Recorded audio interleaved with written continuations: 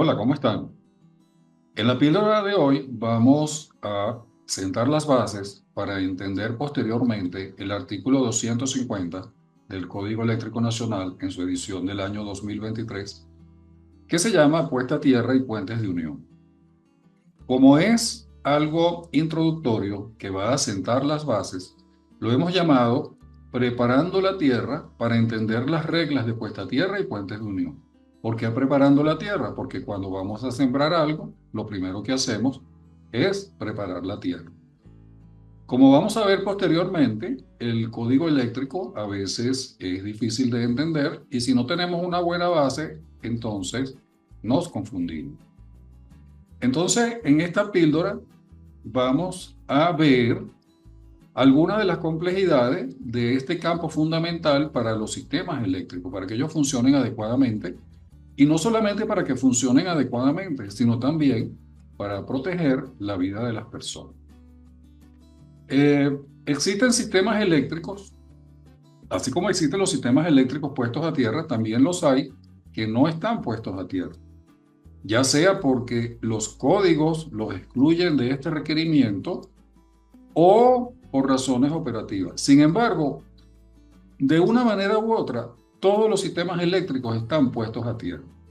Y ustedes dirán, bueno, ¿y cómo es eso? Fíjense que los llamamos incluso flotantes. Bueno, porque hay una capacitancia a tierra que está en el aire y eso siempre los conecta a tierra. Bien, estos son temas amplios. Tienen muchísimas normas. El Código Eléctrico Nacional es una de ellas. Hay muchas reglas obligatorias, hay reglas empíricas, hay prácticas recomendadas o recomendaciones y también hay muchos conceptos populares que usualmente son erróneos. Muchas personas que trabajan con electricidad no están familiarizados con estas normas o mucho menos por el motivo por el cual se utilizan. Entonces, debido a ello, se producen violaciones al código en esas instalaciones eléctricas, lo cual puede tener consecuencias graves, tanto contra la propiedad como contra la vida de las personas e incluso de los animales. Bien, estas reglas del código eléctrico aparentemente son complicadas, a veces confusas. Entonces hay que estar constantemente estudiándolas para comprenderlas y aplicarlas correctamente. Vamos a ver en esta píldora algunos principios básicos que nos sirvan de introducción para entender luego el artículo 250 del Código Eléctrico, que eso lo veremos en próximas píldoras. Lo primero que debemos aclarar son los términos. Es muy común que la gente utiliza términos populares dependiendo de cada país o en un mismo país en distintas zonas llaman, tienen distintos nombres para la misma cosa. Entonces, el artículo 100 del Código Eléctrico está preparado para evitar esta confusión. En ese artículo 100 tenemos las definiciones que se deben usar realmente.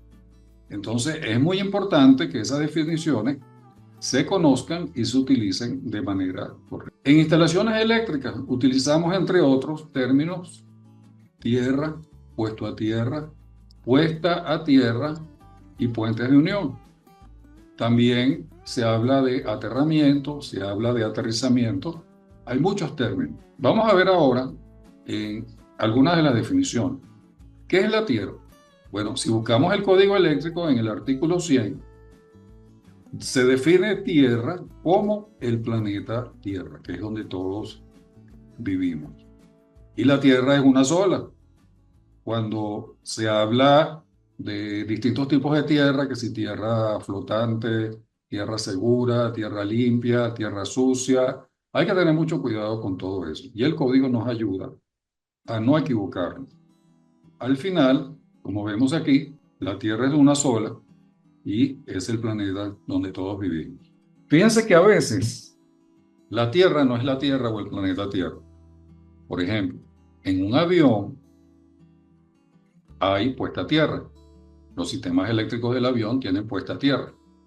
pero lógicamente esa Tierra no se conecta al planeta Tierra mientras está volando. Otro caso es cuando hagamos sistemas eléctricos en la Luna o en otros planetas, ¿cómo vamos a hacer la puesta a tierra? ¿Verdad? Pero ese es el problema para otro día, porque afortunadamente el CEN no abarca esos lugares. Bien, vamos a ver estas definiciones. ¿Qué es puesta a tierra? Como su nombre lo sugiere, la puesta a tierra es un proceso por el cual se conecta el sistema eléctrico, los equipos eléctricos y los elementos metálicos de la edificación a tierra. ¿Qué es puesto a tierra? Bueno, puesto a tierra, que en inglés se llama grounded o grounding, es que está conectado o lo estamos conectando a tierra o a un cuerpo conductor que extiende la conexión a tierra. ¿Cómo sería eso? Bueno, si tenemos un electrodo de puesta a tierra y a ese electrodo le conectamos un conductor eléctrico, cualquier cosa que le conectemos a ese conductor eléctrico va a estar conectado a tierra gracias a él. ¿Qué es un puente de unión? Un puente de unión es un conductor conectado para establecer continuidad y conductividad eléctrica. Es lo que normalmente llamamos un puente en electricidad. Vamos a ver ahora si la Tierra es un buen conductor. Bueno, la Tierra no es la mejor opción. Sin embargo, el suelo es un conductor eléctrico. La Tierra es un conductor eléctrico y de hecho se utiliza para transportar corrientes de falla en medio y alto voltaje. Se utiliza también para enviar señales y también ondas de radio. Fíjense que en las gamas de baja y media frecuencia del espectro radioeléctrico, las ondas se propagan muy bien por la Tierra, se llaman ondas de tierra. Y de hecho, a principios del siglo XX, se utilizaban antenas de radio subterráneas de baja frecuencia para aplicaciones militares. Otra manifestación de la propiedad eléctrica la observamos cuando las descargas atmosféricas viajan de ida y vuelta a la Tierra, ¿verdad? Los rayos los vemos que bajan, que suben, y cuando tocan el suelo producen gradientes de potencial, los cuales son peligrosos también. A veces hay personas que han muerto y hay animales que han muerto debido a estos gradientes de potencial en el suelo. Y a veces suponemos que esa Tierra tiene un potencial cero, lo asumimos como un potencial cero y lo tomamos como referencia para muchas mediciones de voltaje. Ahora bien, ¿cuánta corriente fluye hacia la Tierra de regreso a la fuente de suministro cuando hay una falla Tierra? Bueno, eso depende del voltaje en el punto de la falla y de la resistencia de la Tierra en el camino. Veamos este ejemplo. Esto es una instalación casera. En esta instalación casera vemos un transformador de la empresa eléctrica, aquí, que en el lado secundario tiene una conexión monofásica a 3 hilos, ¿verdad? Tiene 2 fases y tiene un neutro. Veamos la fase A, entra a un equipo de acometida, entra la fase A y entra el neutro, y colocamos aquí, digamos, un principal, un interruptor principal, y colocamos un fusible de 20 amperes que va a alimentar una carga. Y estos cables van a través de una tubería conduit. Aquí vamos a asumir que esta tubería conduit es metálica y que no está conectada a tierra. Entonces, si hay una falla a tierra y ella no está conectada a tierra, ¿qué va a pasar? Si no tiene absolutamente ninguna conexión a tierra, este tubo se va a energizar al mismo voltaje de la fuente, que son 120 volts, y esos 120 volts los vamos a ver aquí. Entonces, esto es una condición peligrosa, porque si una persona toca alguna de estas canalizaciones, va a aparecer una diferencia de potencial de 120 volts, quizá no exactamente 120 volts, pero cerca, y va a producir en el cuerpo una corriente que si es unos miliamperes, eso pudiera ser suficiente para causarle problemas de salud.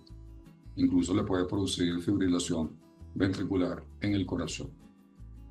Ahora, supongamos que hay una puesta a tierra casual. Casual quiere decir que no fue hecho adrede, sino que el tubo en su trayectoria toca estructuras metálicas de la edificación que están puestas a tierra. No intencionalmente, pero están puestas a tierra.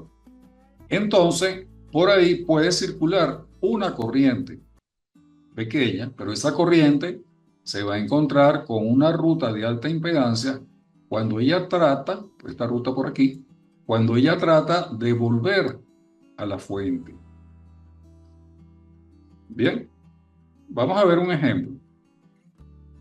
Si este circuito de 120 voltios está conectado a tierra a través de un electrodo de puesta a tierra de 25 ohms, producirá una corriente de falla a tierra de 120 volts entre los 25 ohms, lo cual produce 4,8 amperes. Esa corriente va de regreso a la fuente de suministro para cerrar el circuito. Pero ¿qué pasa? Que esta es una corriente muy pequeña. Fíjense que estamos hablando de 4,8 amperes, mientras que vimos que nuestro fusible es de 20 amperes. Entonces lo más probable es que esta baja magnitud de corriente no vaya a fundir ese fusible, y si lo que hay es un interruptor, que no vaya a disparar el interruptor. En resumidas cuentas, vemos que esta ruta de alta impedancia no nos ayuda a despejar la falla. Bien, entonces, dado que la resistencia a tierra es alta, una disposición que utilice a la tierra como única ruta de retorno a la fuente de suministro no transportará suficiente corriente para despejar la falla. ¿Y qué va a suceder? Que esas estructuras metálicas van a quedar energizadas y eso constituye una condición peligrosa. Bien, por esta razón, a pesar de su propiedad eléctrica, el código eléctrico considera que la Tierra no es una ruta efectiva para la corriente de falla a tierra. Posteriormente veremos qué es esto de la ruta efectiva. Bueno, la puesta a tierra tiene dos funciones básicas. Esto es muy importante que lo entiendan. Si ustedes entienden esto, bueno, ya ganaron como el 80% del conocimiento de la puesta a tierra.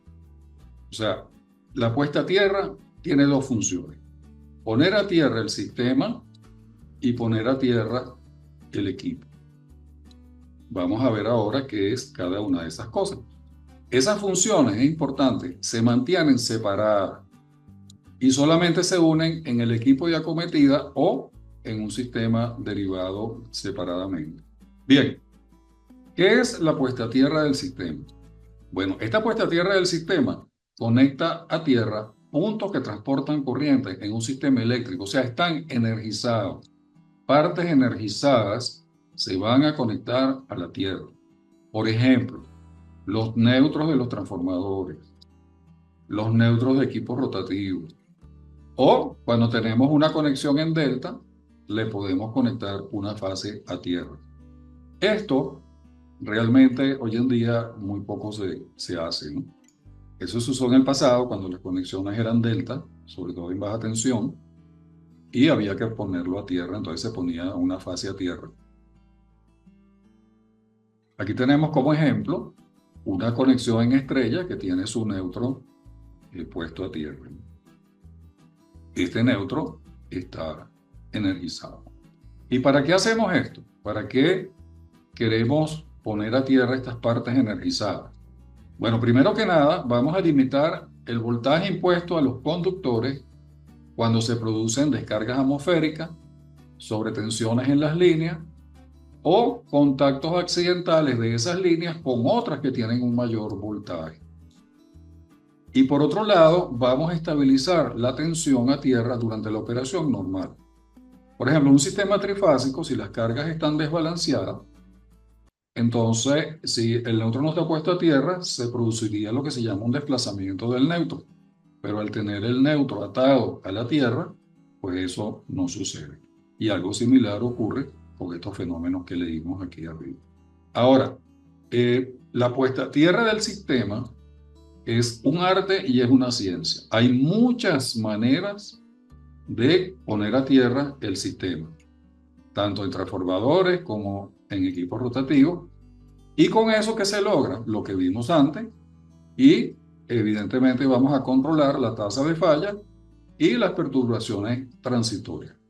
Eso se traduce en una mejora de la continuidad del servicio.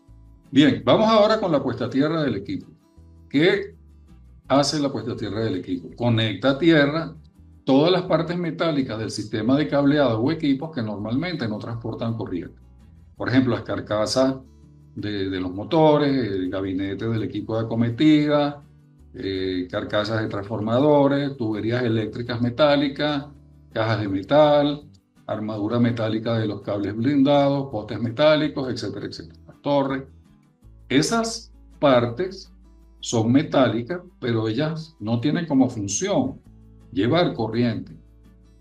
Entonces, esa también se debe poner a tierra. Por si acaso, en algún momento se energizan, porque siempre hay la posibilidad de que haya una falla y se energice. ¿Qué logramos con esto? Limitar el voltaje entre las partes que normalmente no conducen corriente, como les decía, y entre esas partes y la tierra, a un valor seguro, aumentando la protección a las personas, lo cual es sumamente importante. Fíjense que cuando ustedes tocan dos elementos metálicos de un sistema eléctrico y dos elementos metálicos que no están supuestos a llevar corriente, esos elementos tienen potenciales diferentes. Entonces, pudiera producirse una corriente a través de su cuerpo, lo cual les va a causar o daños biológicos importantes o incluso la muerte. ¿Qué es un puente de unión? Ya lo habíamos visto anteriormente, lo repetimos como refrescamiento.